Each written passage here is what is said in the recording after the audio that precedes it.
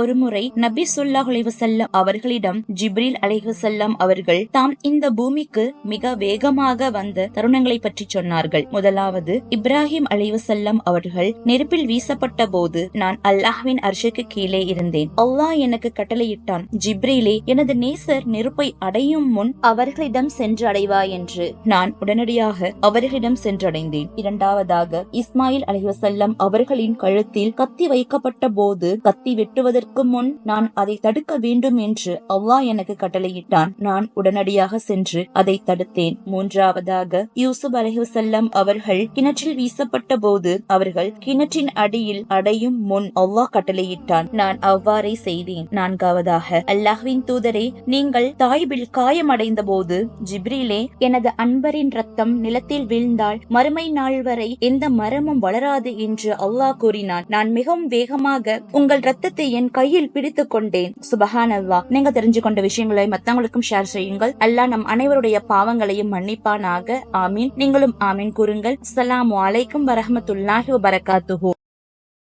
Download ShareChat.